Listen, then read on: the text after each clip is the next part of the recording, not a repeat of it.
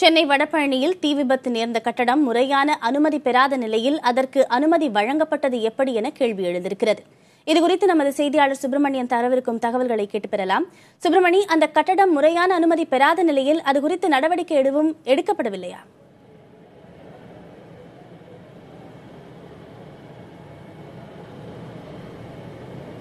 வடபழனியில் நடந்த அந்த தீ விபத்துக்கு உள்ளான கட்டிடம் முறையான அனுமதி பெறப்படவில்லை என்று சென்னை மாநகராட்சி தரப்பில் தெரிவிக்கப்பட்டிருக்கிறது. குறிப்பாக கடந்த 2004ஆம் ஆண்டு இந்த கட்டிடம் கட்டப்பட்டிருப்பதாக சென்னை மாநகராட்சி தரப்பில் தெரிவிக்கப்பட்டிருக்கிறது. உரிய அனுமதி பெறாததால் 2016ஆம் ஆண்டு செப்டம்பர் மாதம் இந்த கட்டிடத்திற்கு சீல் வைத்ததாக சென்னை மாநகராட்சி தரப்பில் தெரிவிக்கப்பட்டிருக்கிறது. இது தொடர்பான வழக்கு வரைமுறைப்படுத்துவது தொடர்பான வழக்கு சென்னை உயர்நீதிமன்றத்தில் நிலுவையில் இருக்கிறது என்று சென்னை மாநகராட்சி தரப்பில் தெரிவிக்கப்பட்டிருக்கிறது. ஆனால் சீல் வைக்கப்பட்ட கட்டிடம் மீண்டும் எப்படி செயல்பட்டு கொண்டிருக்கிறது என்ற கேள்வி எழுகிறது. அது தொடர்பாக விசாரணை நடத்தி வருவதாக காவல்துறை தரப்பில் தெரிவிக்கப்பட்டிருக்கிறது. அதே போல மின்சார இணைப்பு, குடிநீர் இணைப்பு கொடுப்பதற்கு முன்பு எங்களிடம் எந்த ஒரு அனுமதியும் பெறவில்லை என்று சென்னை மாநகராட்சி தரப்பில் தெரிவிக்கப்பட்டிருக்கிறது. தற்போது இந்த தீ விபத்து குறித்து முதல் கட்டமாக வடபழனி காவல்துறையினர் வழக்கு பதிவு செய்திருக்கிறார்கள். அதே போல என்னென்ன விதிமுறைகள் மீறப்பட்டிருக்கிறது என்பது தொடர்பான அனைத்து தகவல்களையும் சேகரிக்கப்பட்டு அதன் பிறகு வழக்கு பிரிவுகள் மாற்றப்படும் என்று வடபழனி காவல்துறை தரப்பில் தெரிவிக்கப்பட்டிருக்கிறது. இந்த கட்டிடத்தின் உரிமையாளர் விஜயகுமார், அவர் அதிமுக பிரமுகராக இருக்கிறார். அவர் வெளியூர் சென்றிருக்கும் நேரத்தில் இந்த தீ விபத்து நிகழ்ந்திருப்பதாக காவல்துறை தரப்பில் தெரிவிக்கப்பட்டிருக்கிறது. அவர் தற்போது சென்னையில் இல்லை. அவர் விசாரணைக்காக வர வேண்டும் என்று காவல்துறை தரப்பில் தெரிவிக்கப்பட்டிருக்கிறது. அவர் காவல் நிலையத்தில் ஆஜரான பிறகு அவரிடம் முறையாக விசாரணை நடத்தப்படும் என்று காவல்துறை தரப்பில் தெரிவிக்கப்பட்டிருக்கிறது. அதே போல இந்த வடபழனி தெற்கு சிவன் பெருமாள் கோவில் தெரு என்பது அதிக வீடுகள் பகுதியுள்ள ஒரு வீடாக இருக்கிறது. கோவில் நிறைந்த, அதாவது கோவிலுக்கு அருகே இருக்கக்கூடிய பகுதி. இந்த இடம் கூட கோவில் நிலத்திற்கு சொந்தமான ஒரு பகுதி என்றுதான் மாநகராட்சி தரப்பில் தெரிவிக்கப்பட்டிருக்கிறது. ஆனால் அது வீடுகளாக மாற்றப்படும் போது முறையான அனுமதிகள் பெறப்படவில்லை என்றும் ஒரு குற்றச்சாட்டு இருக்கிறது. சரியான முறையில் ஆவணங்கள் கொடுக்கப்பட்டு வீடுகளாக மாற்றுவதற்கான எந்த ஒரு நடைமுறையும் இல்லை என்றுதான் சென்னை மாநகராட்சி தரப்பில் தெரிவிக்கப்பட்டிருக்கிறது. இந்த விதிமுறை மீறி கட்டப்பட்டிருக்கக்கூடிய இந்த குடியிருப்பு கூட முறையான அனுமதி இல்லை என்றுதான் சென்னை மாநகராட்சி தரப்பில் தெரிவிக்கப்பட்டிருக்கிறது.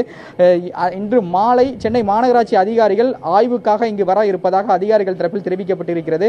அதற்கான அனைத்து ஆவணங்களும் தயார் நிலையில் இருப்பதாகத்தான் அதிகாரிகள் தரப்பில் தெரிவிக்கப்பட்டிருக்கிறது. மின்சார இணைப்பு, குடிநீர் இணைப்பு தந்தது குறித்து எங்களுக்கு தெரியாதுன்னு மாநகராட்சி தரப்புல சொல்றீங்க. இந்த இரண்டையும் பெற்றுக்கொண்டுதானே மின்சார இணைப்போ குடிநீர் இணைப்போ கொடுக்க முடியும்? மாநகராட்சியிடமிருந்து அனுமதி பெற்ற பிறகுதானே மின்சார இணைப்போ குடிநீர் இணைப்போ கொடுக்க முடியும். என்ன நடைமுறை?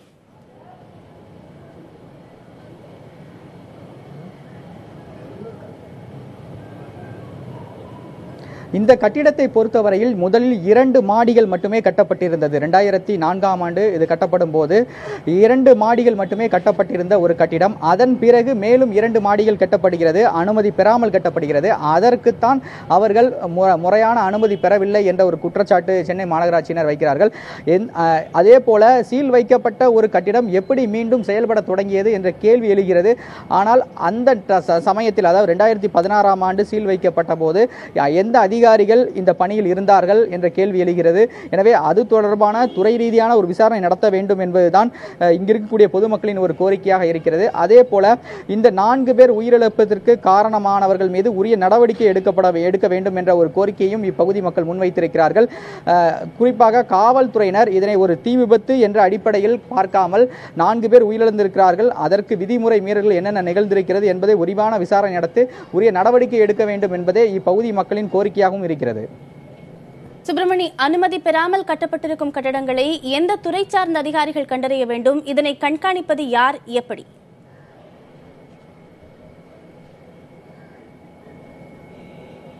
130வது வார்டுக்குட்பட்ட பகுதியில் தான் இந்த கட்டிடம் இருக்கிறது. 4 மாடிகள் கொண்ட கட்டிடம்.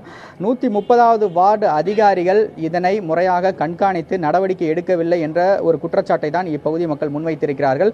2016ஆம் ஆண்டு செப்டம்பர் மாதம் சீல் வைக்கப்பட்ட போது மீண்டும் இந்த கட்டிடம் செயல்பட தொடங்கியிருக்கிறது. அதே போல கடைகளும் இந்த கட்டிடத்தின் கீழ் கடைகளும் வாடகைக்கு விடப்பட்டிருக்கிறது. முதல் பகுதியில் 14 வீடுகள் இருக்கிறது. அதே போல இந்த வீட்டிற்கு அடுத்த பகுதியிலும் 14 வீடுகள் இருக்கிறது. மொத்தம் 28 குடும்பங்கள் இதில் வசித்து வருகிறார்கள். 4வது மாடியில் தான் இந்த வீட்டின் உரிமையாளர் விஜயகுமார் குடியிருந்து வருகிறார். அவர் உறவினர் வீட்டு திருமண நிகழ்ச்சிக்காக வெளியூர் சென்றிருப்பதாக தெரிய வந்திருக்கிறது. தீ விபத்து நிகழும் போது வீட்டு மொட்டை மாடியின் மேல் இருக்கக்கூடிய கதவு அடைக்கப்பட்டிருக்கிறது. அந்த கதவு திறந்திருந்தால் கூட இந்த 4 பேரும் மொட்டை மாடியில் தப்பி மாடியில் சென்று உயிர் பிழைத்திருக்க வாய்ப்பு இருப்பதாக தான் தெரிய வந்திருக்கிறது.